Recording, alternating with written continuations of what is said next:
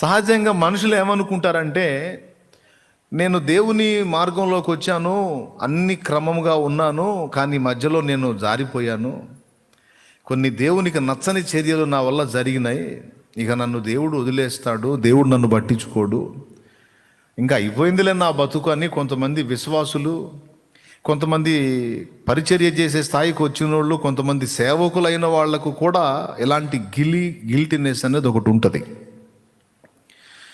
ఒక్కటి గుర్తుపెట్టుకోవాలి, యేసు ప్రభు చేతికి ఏనాడైతే నీ జీవితాన్ని నువ్వు అప్పగించావో, యేసు ప్రభువా నీవు నా రక్షకుడవు, నా ప్రభుడవు, ఏమన్నా కానీ నాయన నీవే నన్ను దరిచేర్చగలవని నిన్ను నమ్మి నీ యందు విశ్వాసం ఉంచి నా పాత జీవితాన్ని, పాపిష్టి జీవితాన్ని అసహించుకొని పరిశుద్ధుడవైన నీతో కలిసి నడవాలని మిగుల ఆశతో ప్రయాణం మొదలు పెడుతున్నా. మారు మనసు పొంది పాప క్షమాపణ నిమిత్తమై బాప్తిస్మం పొంది నా జీవితాన్ని నీ చేతుల్లో పెడుతున్నాను నాయనా అని ఒకడు, లేకపోతే ఒక సోదరి తన జీవితాన్ని ప్రభువు చేతికి ఒక్క పర్యాయం అప్పగిస్తే, ఆయన నిన్ను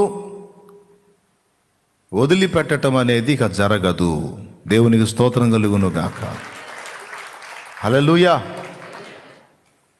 ఎప్పుడైతే నా బ్రతుకు నీ చేతికి అప్పగిస్తున్నానని అప్పజెప్పావో, ఇక ఆయన నీతోనే నడుస్తాడు, ఇక నీతోనే ఉంటాడు, ఇక నీ మీద ఆయన పని చేయటం మొదలు పెడతాడు. ఇక ఆయనతో మనం నడిచి, మనతో ఆయన నడిచే ఈ ప్రక్రియలో కొన్నిసార్లు ఆయన అభ్యంతరపడేవి మన వల్ల జరుగుతుండొచ్చు. కొన్నిసార్లు ఆయన నొచ్చుకునేవి, ఆయన మనసు బాధ పెట్టేవి, ఆయన దుఃఖపడేవి కొన్ని మన నుండి జరుగుతుండొచ్చు. కానీ అంత మాత్రాన దేవుడు నన్ను వదిలేశాడు అనే అభిప్రాయానికి వెంటనే రాకూడదు. ఒకవేళ దేవుడు నిన్ను వదిలేశాడు అనే ఆలోచన పదే పదే వస్తే సాతాను కూడా నిన్ను ఆ విషయంలో శోధిస్తుండొచ్చు. దేవుడు నిన్ను వదిలిపెట్టేయాలి అంటే దానికి కొన్ని లెక్కలు ఉన్నాయి. నిన్నంత తేలిగ్గా ఆయన వదలడు. ఎందుకంటే ఈ మాట పౌలు మహనీయుడు చెప్పాడు, నేను ఆయన చేతికి అప్పగించిన దానిని రాబోచున్న ఆ దినము వరకు ఆయన కాపాడుటకు సమర్థుడు అన్నాడు. దేవునికి స్తోత్రం కలుగును గాక. నేను ఏదన్నా ఆయనకు అప్పచెప్పని, నేను ఆయనకు అప్పచెప్పినది రాబోచున్న ఆ దినము వరకు ఆయన కాపాడుటకు సమర్థుడు. ఈ మాట ఎక్కడుంది? ఒక పాట కూడా పాడుకున్న దీని మీద, ఈ వచనం మీద, నేను నమ్మిన వానిని ఎరుగుదును గనుక సిగ్గుపడను, నన్ను బలపరచువాని ఎందే నేను సమస్తము చేయగలుగుతాను, నేను ఆయనకు అప్పగించిన దానిని రాబోచున్న ఆ దినం వరకు ఆయన కాపాడగల సమర్థుడు. 2 తిమోతి 1:12 అంట. చూడండి, ఆ హేతువు చేత ఈ శ్రమలను అనుభవించుచున్నాను గాని నేను నమ్మిన వాని ఎరుగుదును గనుక సిగ్గుపడను, నేను ఆయనకు అప్పగించిన దానిని రాబోచున్న ఆ దినము వరకు ఆయన కాపాడగలడని రూఢిగా నమ్ముకొనుచున్నాను. అది ఆ మాట రౌండ్ కొట్టే. అదేందన్నా అట్లా అన్నావు? దేవుడు వదిలిపెట్టిపోడు, దేవుడు వదలడన్నావేంటి? మరి అట్లయితే సౌలును యెహోవా ఆత్మ వదిలి వెళ్ళిపోయాడు కదా, సంసోనును యెహోవా ఆత్మ వదిలి వెళ్ళిపోయాడు కదా, దేవుడు వదిలేశాడు కదా, మరి వదలడు అనే మాట వాడుతున్నావేంటి నువ్వు అని మీరు అడుగుతారు అని నాకు తెలుసు. ఒకవేళ డైరెక్ట్గా అడగకపోయినా మనసులో మీకు ఆ ప్రశ్న ఏమన్నా వచ్చిద్దని నాకు తెలుసని మీకు తెలియదు. దేవునికి స్తోత్రం. హల్లెలూయా. వచ్చిద్ది, నిజమే. యెహోవా ఆత్మ సౌలును విడిచిపోగా యెహోవా యొద్ద నుండి దురాత్మ ఒకటి వచ్చి సౌలును వెరపింపసాగాను. శాంసన్ విషయంలో అతడు లేచి విడజిమ్ముదును అనుకున్నాడు, యెహోవా ఆత్మ అతనిని విడిచిపోయిన సంగతి అతనికి తెలియకపోయాను, వదిలి వెళ్ళిపోయాడు. నిజమే. ఒక మాట, నిజంగానే దేవుడు వదిలేశాడా? సౌలు నిజంగానే వదిలేశాడా? లేఖనం చెబుతుంది, ఆయన పిలుపును గూర్చియు ఏర్పాటును గూర్చియు పశ్చాత్తాపపడడు. దేవునికి మహిమ. దేవుని ఏర్పాటు, అసలు ఆయన మనస్సు తెలుసుకోవాలి ముందు మనం. ఆయన మనసు తెలుసుకోవాలి ముందు. ఏదో మన ఈ పనికి మాలిన మానవ మెదడు ఆలోచనలతో ప్రయాణం చేయకూడదు. మన ఆలోచన విధానం వేరు, దేవుని ఆలోచన విధానం వేరు. చాలామంది బోల్తా పడతారు రేపు. దేవుడే చెప్పాడు, మీ తలంపులు నా తలంపుల వంటివి కాదు, నా తలంపులు మీ తలంపుల వంటివి కావు, నా త్రోవలు నీ త్రోవల వంటివి కావు. భూమి కంటే ఆకాశం ఎంత ఉన్నతంగా ఉన్నదో మీకంటే నా తలంపులు అంత ఉన్నతంగా ఉంటాయి. సెట్టుగా అన్నాడు. అందినట్టే ఉంటాడు, ఆలోచనకు అర్థమైనట్టే ఉంటాడు, కానీ అర్థం కాడు. ఆయన ప్లేస్లో మనం ఉంటే భూమి మీద ఇప్పుడు సంఘాన్ని ఎప్పుడో వదిలేస్తుండే. ఒక్క విశ్వాసిని కూడా మనం దగ్గర చేరనీయం. కర్ర తీసుకొని కూర్చుంటాం, కొరడా తీసుకొని కూర్చుంటాం. ఏ ముఖం పెట్టుకుని వచ్చారో సిగ్గు శరం లేకుండాని. దేవునికి స్తోత్రం కలుగును గాక. హల్లెలూయా. ఆయన దేవుడు. ఆయన ఆలోచన మన ఆలోచనలాగా ఉంటుందని అనుకోకూడదు. అక్కడ పెద్ద పొరపాటు. ఆయన ఆలోచన వేరు. సరే, పాయింట్కి వద్దాం. ఏమిటంటే, సౌలు విషయంలోనైనా సంసోను విషయంలోనైనా దేవుడు పశ్చాత్తాపడే పరిస్థితి ఏమి లేదు. పశ్చాత్తాపడ్డాడు రాజుగా చేసినందుకే తప్ప రక్షణ విషయంలోనూ నిత్య జీవం విషయంలోనూ పశ్చాత్తాపం లేదు. దేవునికి మహిమ. తెలుసా మీకు? అదేంది అంటే, సౌలు పరదైస్లో ఉంటాడంటావా అంటే ఖచ్చితంగా ఉంటాడు. పరదైస్లో ఉన్నాడు అంతే. ఎందుకో చెప్తున్నా. సౌలు కంటే ముందు సమూయేలు నిద్రిస్తాడు. సౌలు అంటే తెలుసా? కొత్త నిబంధనలో పౌలు అనుకునేరు. పాత నిబంధనలో సౌలు ఉన్నాడండి. ఏ గోత్రీకుడు? బెన్యామీను గోత్రీకుడు సౌలు. కీషు కుమారుడైన సౌలు గురించి చెప్తున్నాను నేను. తార్సు వాడైన సౌలు గురించి కాదు. తార్సు వాడైన సౌలు కాదు, కీషు కుమారుడైన సౌలు. ఈ సౌలు ఇశ్రాయేలీయులకు మొదటి రాజు. ఈయన కాలంలో ఉన్న ప్రవక్త సమూయేలు. ఈ సౌలుకు ముందు సమూయేలే న్యాయాధిపతిగా ఉన్నాడు ఇశ్రాయేలు జనాంగానికి. ఇశ్రాయేలీయులు మా కొరకు ఒక రాజును, సర్వలోక మర్యాద చొప్పున మాకు కూడా ఒక రాజును ఏర్పరచంటే అప్పుడు దేవుడు సౌలుని ఏర్పాటు చేశాడు. తర్వాత సౌలు కొన్ని అవిధేయత కూడినటువంటి పనులు చేశాడు. దేవుడు దుఃఖపడ్డాడు, దావీదుని ఏర్పరచుకున్నాడు. దావీదు మీద తైలం పోసేశాడు సమూయేలు పోయి. తర్వాత కొన్నాళ్ళకి సమూయేలు మహిమలోకి చేర్చబడ్డాడు. తన పితరులతో కూడా నిద్రించి పాతి పెట్టబడ్డాడు సమూయేలు. సమూయేలు కన్ను మూసిన తరువాత సౌలు మీదకి ఫిలిస్తీయులు వచ్చారు. దేవుని వాక్కు సౌలుకు ప్రత్యక్షం అవటం లేదు. దర్శనం ద్వారా కానీ, స్వప్నం ద్వారా కానీ, ప్రవచనం మూలంగా కానీ ఎలా కూడా ఆయనకి క్లారిటీ దొరకట్ల దేవుని వాక్కు ఏంటనేది. ఫిలిస్తీయులు బలవంతులుగా ఉన్నారు, సౌలు బలహీనుడుగా ఉన్నాడు. ఏం చేయాలో అర్థం కాల. అసలు ఏం జరిగింది, ఫ్యూచర్ తెలుసుకుందాం అనుకున్నాడు. ఒకప్పుడు దేవుని చిత్తాన్ని అడిగి అడుగులు వేయడానికి నిర్లక్ష్యం చేసి, జరగాల్సినంత జరిగిన తరువాత ఇక దేవుని చిత్తం వెతకడం మొదలుపెట్టాడు. ఆ దేవుని చిత్తం వెతకడం కూడా ఎట్లా మొదలుపెట్టాడు? తానుగా దేవుని దగ్గరికి వెళ్ళి పశ్చాత్తాపడి దుఃఖపడి, దేవా నాతో మాట్లాడని అట్లా అడగల. సమూయేలు చనిపోయాడు. సమూయేలు ఆత్మను పిలిపించి మాట్లాడాలి అనుకున్నాడు. మృతుల ఆత్మలను బయటకు పిలిచి వాళ్ళ ఆత్మలతో మాట్లాడించేటువంటి తంత్రం పేరు కర్ణపిశాచి తంత్రం. ఏం తంత్రం?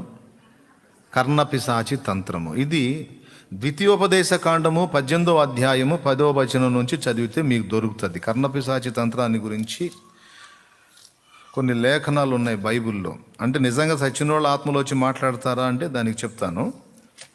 ముందు ఈ కర్ణపిశాచి తంత్రాన్ని గురించిన విషయాలు చూడండి.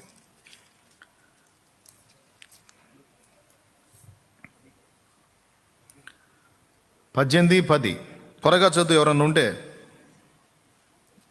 తన కుమారునైనను తన కుమార్తెనైనను అగ్నిగుండము దాటించు వానినైనను శకునము చెప్పు సోదెగానినైనను మేఘ శకునములను గాని సర్ప శకునములను గాని చెప్పువానినైనను చిల్లంగి వానినైనను మాంత్రికునినైనను ఇంద్రజాలికునినైనను కర్ణపిశాచి నడుగువానినైనను. అక్కడ ఉంది చూడండి, కర్ణపిశాచి నడుగువాని. అక్కడ అండర్లైన్ చేయండి, కర్ణపిశాచి తంత్రము. తర్వాత దయ్యముల యొద్ద విచారణ. యెషయా గ్రంథము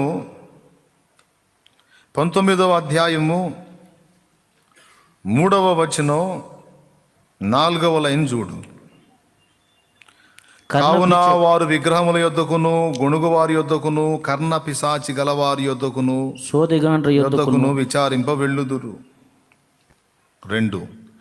అలాగే యెషయా గ్రంథము 8వ అధ్యాయము 19వ వచనం చూడు. వారు మిమ్మును చూచి కర్ణ పిశాచి గలవారి యొద్దకును కిచకిచలాడి గొణుగు మంత్రజ్ఞుల యొద్దకును వెళ్ళి విచారించుడని చెప్పున్నప్పుడు జనులు తమ దేవుని యొద్దనే విచారింపవద్దా?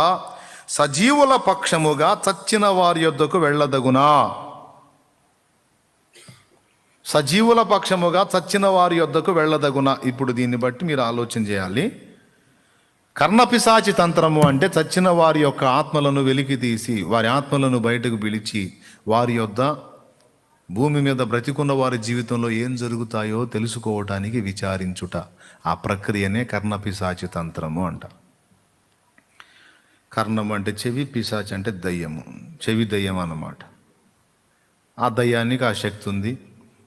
ఆ దయ్యము చచ్చిపోయిన మృతుల ఆత్మలను బయటికి పిలుస్తుంది. పిలిచిన దాన్ని బట్టి ఆ మాటలు మనం వాళ్ళ దగ్గర నుంచి కొంత ఇన్ఫర్మేషన్ మనం పొందొచ్చు అనే విద్యను అప్పట్లో లైన్లో ఉంచారన్నమాట. ఇప్పుడు కూడా సోది చెప్పించుకుంటారు కదా. వాళ్ళు ఎవరన్నా కుటుంబ సభ్యులు ఒకటి పోతే ఈ చెయ్యి ఇస్తారు, సోది చెప్పే వాళ్ళని పిలిచి చెయ్యి ఇచ్చి, అయ్యా సోది చెప్పంటే వాళ్ళు కాసేపు అది ఇదని వేడుకొని ఒక జీవి పోయింది మీ ఇంటి నుంచి అంటే వీళ్ళ పక్కన వాళ్ళు అడుగుతారు, ఏ జీవో అడుగు అని. ఆడజీవా మగజీవా అంటారు. అంటే రాజు అయితే గడ్డము, రంబ అయితే కమ్మ అంటాడు. నాకు తెలియదు, వాళ్ళే చెప్పారు అని. ఏమో చేతుంది ఆయన పట్టుకుంటాడు. అక్కడ చిన్న బ్యాలెన్స్ ఉంది, ట్రిక్. చచ్చిపోయిన మనిషి ఎవరు వాళ్ళే చూపిస్తారంట. రాజు అయితే గడ్డము, రంభ అయితే కమ్మ. అంటే ఇక్కడ నుంచి ఆ చేతిని అలా తీసుకొని పోతా ఉన్నప్పుడు ఆటోమేటిక్గా వాళ్ళ ఇంట్లో మగ మనిషి పోయాడు అనుకో, ఆమె గడ్డం గడ్డకి తీసుకెళ్తే చేయిని.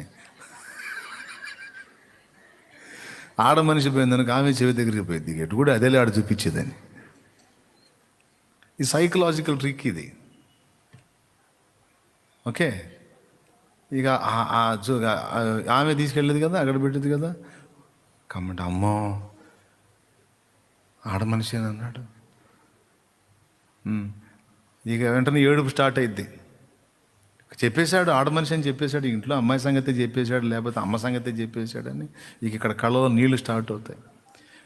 ఇక మొదలు పెడతాడు, ఇక నా జీవి ఇక్కడే తిరుగుతుంది, మీ చుట్టే తిరుగుతుంది, మీ ఇంటి చుట్టే తిరుగుతుంది, అటు తిరుగుతుంది, ఇటు తిరుగుతుంది అంటే ఎక్కడ తిరుగుతారా అమ్మ, ఎక్కడ తిరుగుతారా? ఇక గందరగోళం అయిపోతుంటారు అన్నమాట.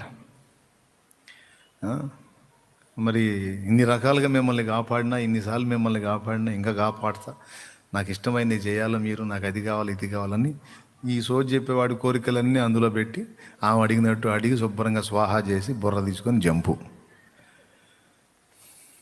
ఇప్పటి తంతు అది. ఇప్పటి విద్యల్లో చాలా వరకు డూప్లికేట్ విద్యలు ఉన్నాయి. అప్పటి రోజుల్లో కొంత ఇప్పుడు కూడా మాంత్రికులు ఉన్నారు, కానీ కొంచెం మరుగున ఉన్నారు. మంత్ర విద్యలు ఉన్నాయి, మాంత్రిక విద్యలు ఉన్నాయి, దయ్యపు విద్యలు ఉన్నాయి. ఎందుకంటే బైబిల్లో ఉంది క్లియర్గా. ఐగుప్తు శకునగాండ్రు చేసిన విద్యలు, మోషే చేసిన పనులు దాదాపు చాలా చేశారు వాళ్ళు కూడా. సరే, పాయింట్కి వద్దాం. ఈ కర్ణపిశాచి విద్య అనేది ఇశ్రాయేలు రాజ్యములో ఉండకూడదు. ఇది దేవుని ఆజ్ఞ. ఎవరెవరిని ఉండనీయకూడదని చెప్పాడో చూడండి.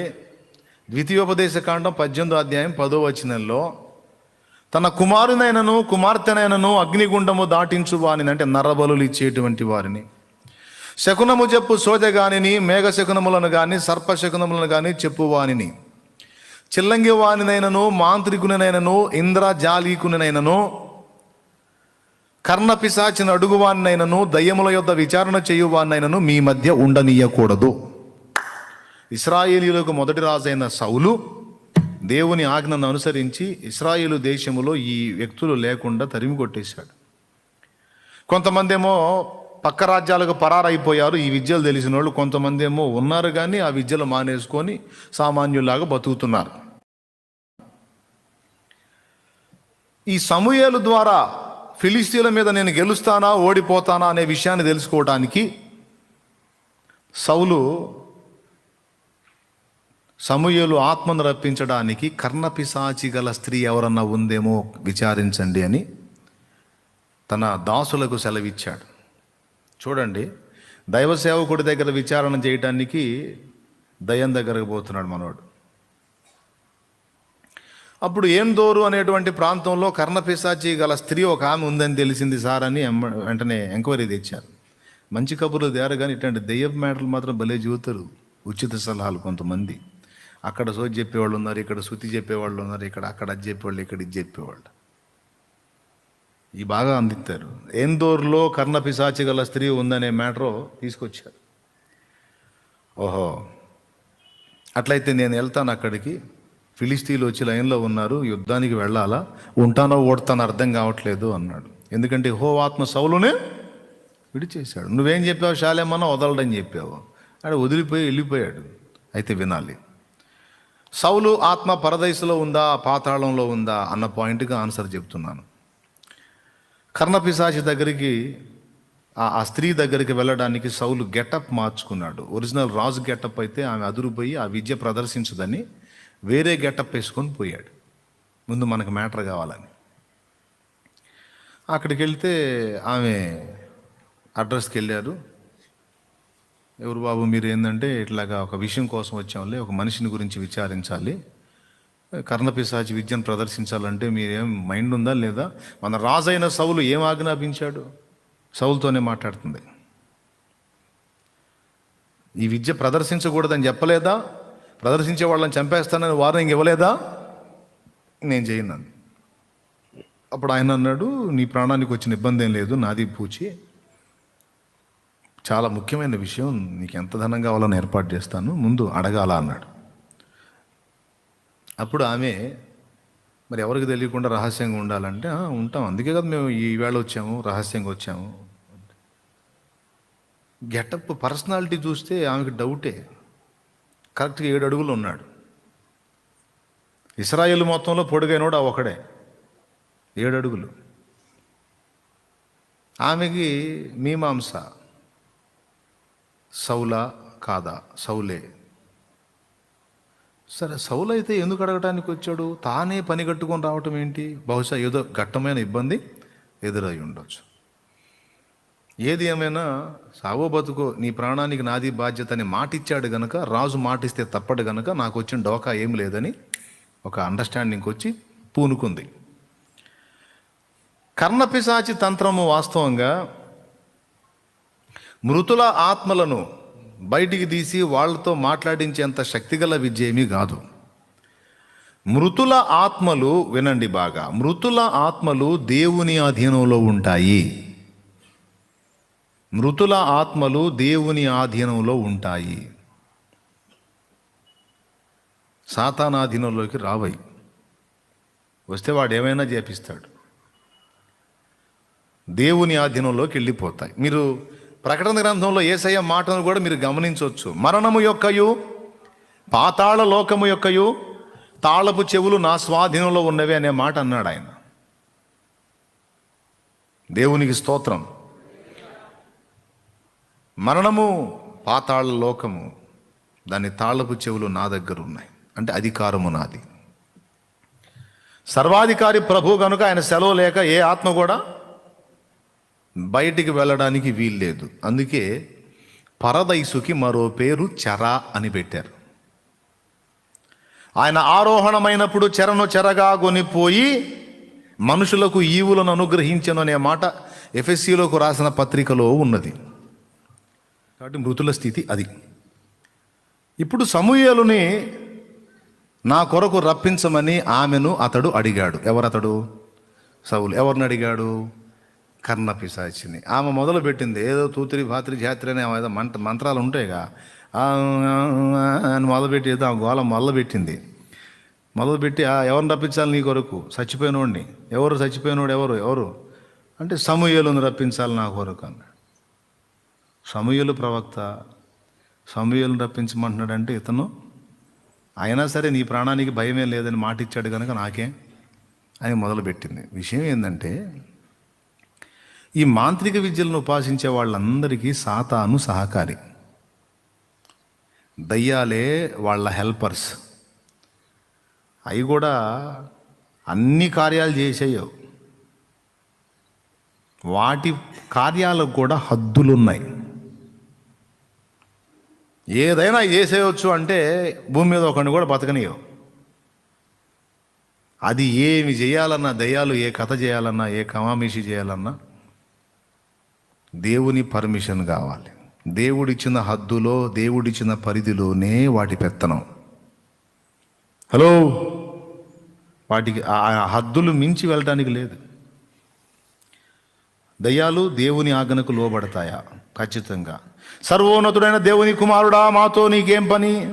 కాలము రాకమునిపే మమ్మను నశింపజేయవచ్చితివా? నీవు మమ్మల్ని వెళ్ళగొట్టిన ఎడలా పాతాళములోనికి వెళ్ళునట్లు నీవు మాకు ఆజ్ఞాపించవద్దు. ఆ పందుల మందలోకి పోవున్నట్లు మాకు అవకాశం ఇవ్వమని దయ్యములు అడిగినవి. ఇది లూకాసు వార్త 8:26లోను, మత్తయి సువార్త 8:28లోను రాయబడి ఉన్నది. ఇంటికి పోయినాక చూసుకోండి, రెఫరెన్స్ గుర్తు రాసుకోండి, అంతే. అధికారం ఉంది ఆయనకి. కాబట్టి ఈ మంత్ర విద్య చేసే వాళ్ళు ఏం చేస్తారంటే దయ్యం ఒక దాంతో లింక్ ఏర్పరచుకుంటారు. దయ్యములు అంటే దేవదూతలే, పడద్రోయబడిన దేవదూతలు, వాటి స్థానాన్ని కోల్పోయిన దేవదూతలు. మానవుడి కంటే కొంచెం ఎక్కువ శక్తులు కలిగినవి. మన ఇళ్లలో, చుట్టుపక్కల మానవ సమాజంలో ఏమేం జరుగుతున్నాయో వాటికి తెలుసు వాటికి. వీళ్ళు ఏం చేస్తారంటే ఆ దయ్యంతో సంబంధం ఏర్పరచుకుంటారు, ఒక ఒప్పుదల కుదుర్చుకుంటారు అన్నమాట. దానికి కూడా భూమి మీద దయ్య పనులు జరగాలంటే ఓ మనిషి హెల్ప్ కావాలి. నేను గతంలో చెప్పాను, దేవుడు భూమి మీద కార్యాలు చేయాలన్నా మానవ సహాయం కావాలి, దయ్యం పని చేయాలన్నా మానవ తోడ్పాటు కావాలి. ఇప్పుడు నేను మీకు సువార్త వాక్యం చెప్పాలి, మరి నేను దేవుని పక్షంగా మీకు మాట్లాడడానికి దేవుడు వాడుకుంటున్న ఒక సాధనం. నేను రాను అనుకుందా, నేను ఇక్కడ లేను, ఈ మాట అందదుగా మీకు. స్తోత్రం. ఇప్పుడు నేను దేవుని మాట నా నుండి మీకు అందాలి, దేవుని నుండి మీకు మాట అందాలి. సో మధ్య ఒక పాత్ర కావాలి, మానవ సాయం, మానవ పాత్ర. దేవుడికైనా తప్పదు, దయ్యానికైనా తప్పదు. కాబట్టి దయ్యానికి కూడా ఒకడు కావాలి, ఒక మనిషి. ఈ మనిషికి కూడా ఒక దయ్యం సహాయం కావాలి మానవాతీత కార్యాలు పొందుకోవటానికి. అదంత తేలిగ్గా వశం కాదు. దానికోసం కొన్ని మంత్రాలు, కొన్ని వస్తువులు, కొన్ని పదార్థాలు అంటే ఏం లేదు. వీడు నమ్మకస్తుడా కాదా అని నిగ్గు తేల్చుకోవడానికి వాడు చేయడానికి ఇబ్బందికరమైన పనులు చాలా చెబుతుంది ఒక దయ్యం. అవన్నీ సిగ్గు లేకుండా వాడు అన్నీ చేశాడు అనుకో, రైట్, వీడిదంతా మన బీజమే, వీడు మనకు పనికి వస్తాడని అప్పుడు వాడికి అందుబాటులోకి వచ్చింది.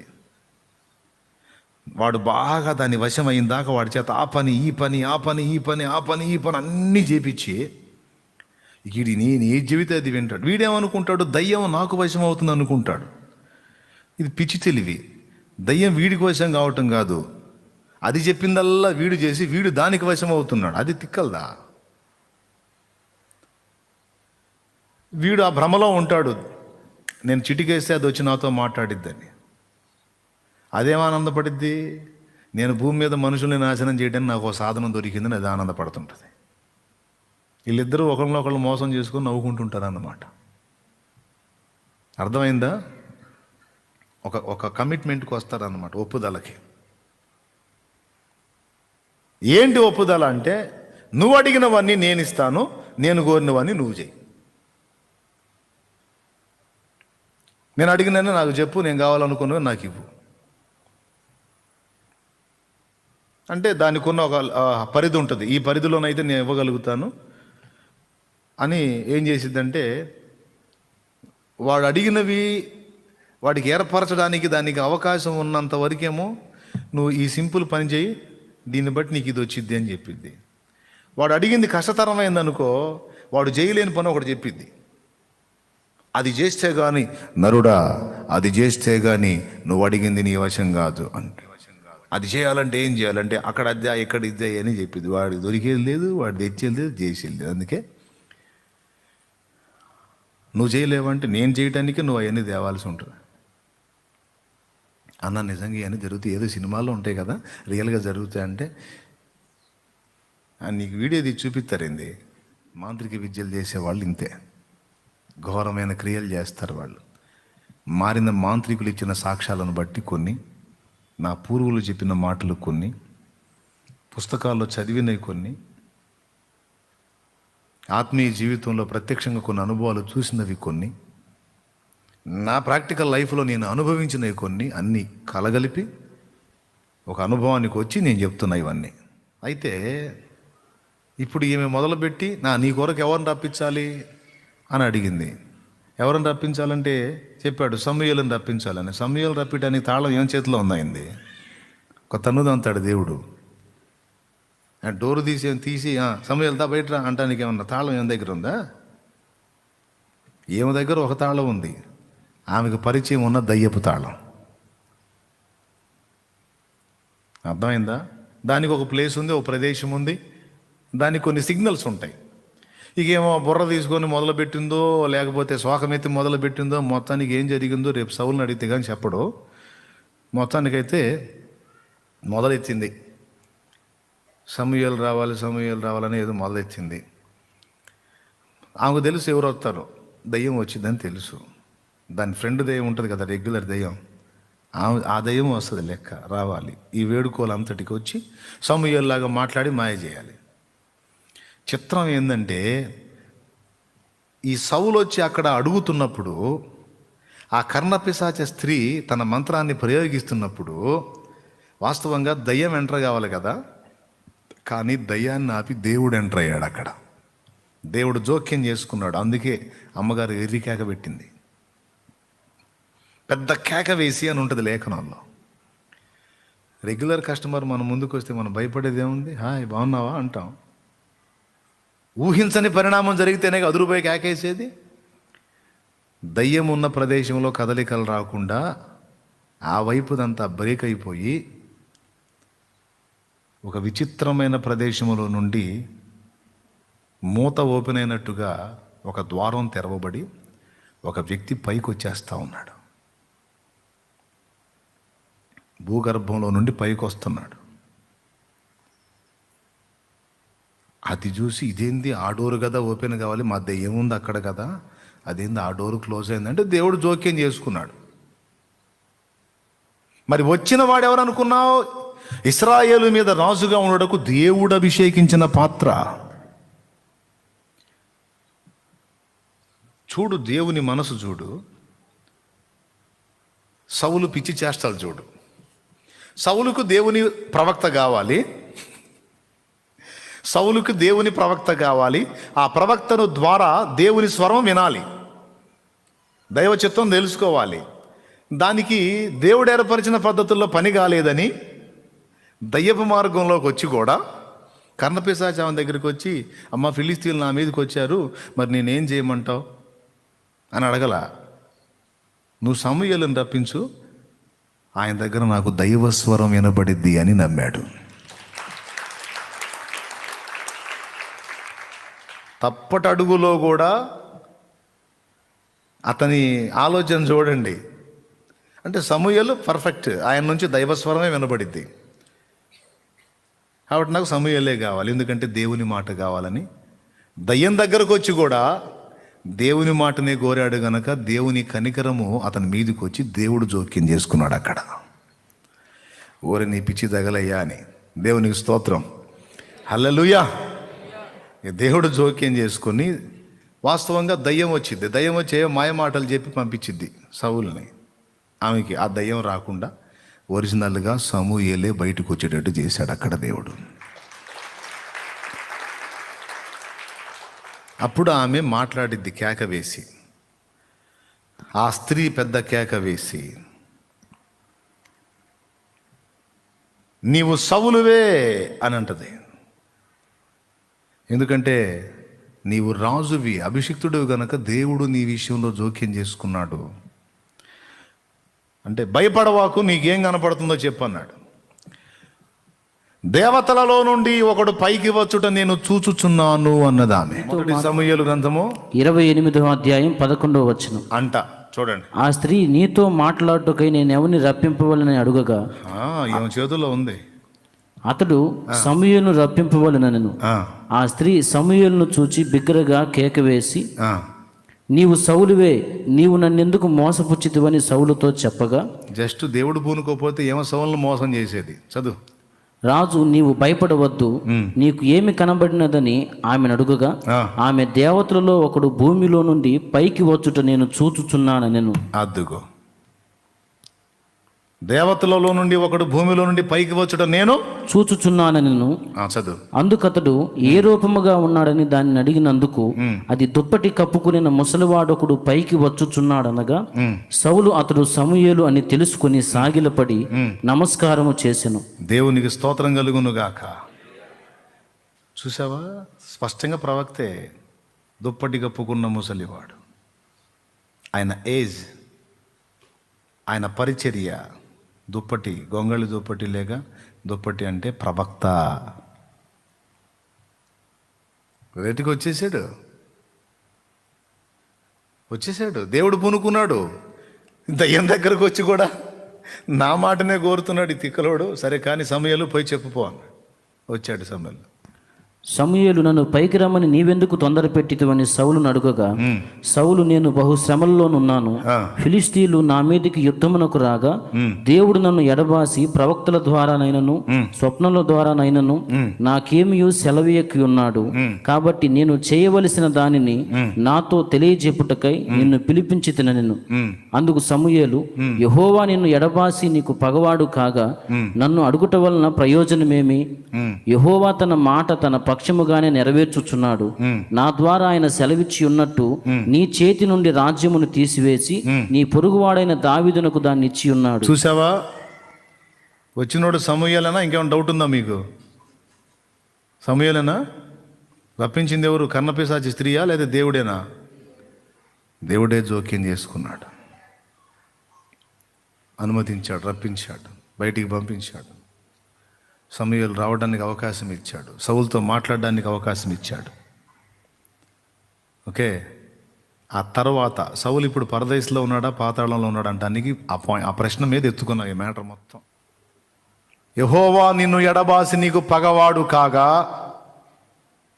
నన్ను అడుగుట వలన ప్రయోజనమే? నన్ను అడగటం వల్ల ప్రయోజనమే ఉంది అబ్బాయి.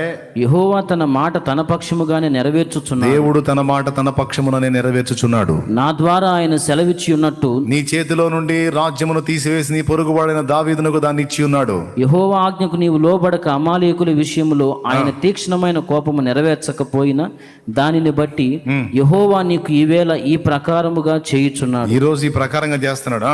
యెహోవా నిన్ను ఇశ్రాయేలీయులను ఫిలిష్తీయుల చేతికి అప్పగించును. యెహోవా ఇశ్రాయేలీయుల దండును ఫిలిష్తీయుల చేతికి అప్పగించును. రేపు నీవును నీ కుమారులను నాతో కూడా ఉందురు అని సౌలుతో చెప్పగా. దేవునికి స్తోత్రం కలుగును గాక. ఇప్పుడు చెప్పండి, సమూయేలు పాతాళ అగ్నిలో ఉన్నాడా, పాతాళంలోనే ఉన్న పరదైసులో ఉన్నాడా?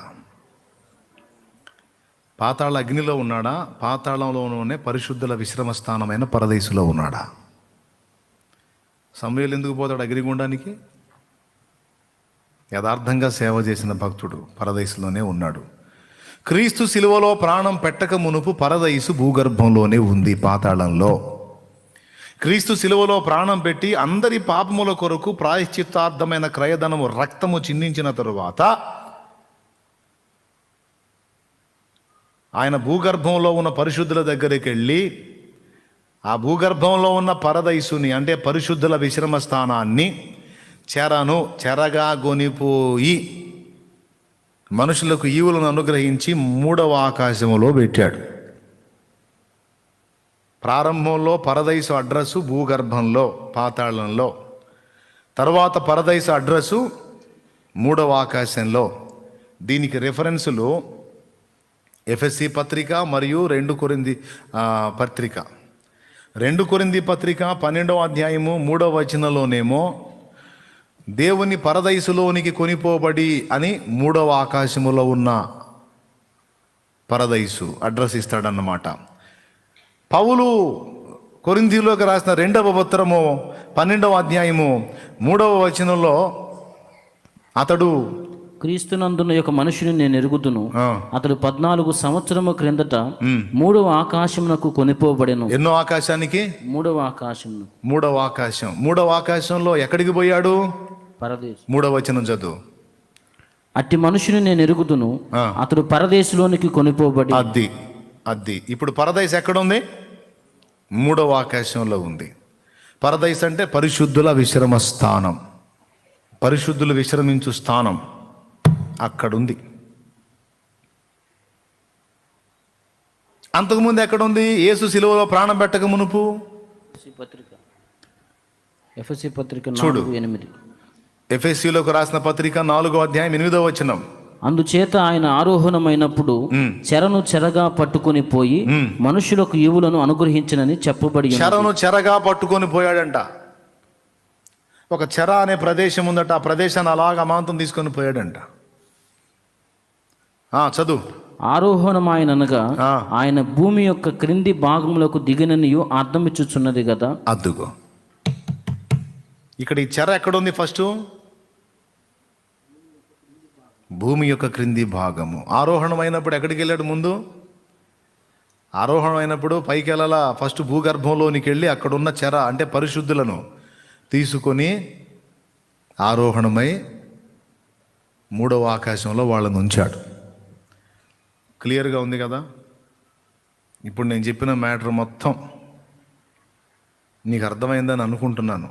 దేవునికి స్తోత్రం, హల్లెలూయా. ఇప్పుడు భూగర్భంలో సమూయేలు ఉన్నాడు. ఎందులో ఉన్నాడు? అగ్నిగుండంలో ఉన్నాడా? పరిశుద్ధుల విశ్రమ స్థానంలో ఉన్నాడా? భూగర్భంలోనే పరదైసు ఉంది, భూగర్భంలోనే పాతాళ అగ్ని కూడా ఉంది. అంటే అగ్ని ఉన్న ప్రదేశం ఒకటి ఉంది పాతాళంలో, పరిశుద్ధులు విశ్రమించినటువంటి విశ్రమ స్థానం ఒకటి ఉంది. ఈ 2 గాక పాతాళంలోనే అఖాతము అనే ఒక భాగం ఉంది. 3. ఈ 3 గాక 4వది పాతాళంలోనే చీకటి బిలములు అనే స్థలం ఒకటి ఉంది. అర్థమైందా? వీటన్నిటి అడ్రస్ పాతాళమే. పాతాళంలోనే చీకటి బిలాలు ఉన్నాయి, పాతాళంలోనే అడుగు తెలియని అఘాతం ఉంది. బంగాళాఖాతం అంటారు కదా, అడుగు తెలియని స్థలం. అర్థమైందా? 3వది పాతాళంలోనే అగ్ని ఉన్న స్థలం ఉంది. 4వది పాతాళంలోనే పాత నిబంధన పరిశుద్ధుల ఆత్మలు విశ్రమించిన స్థలం ఒకటి ఉంది.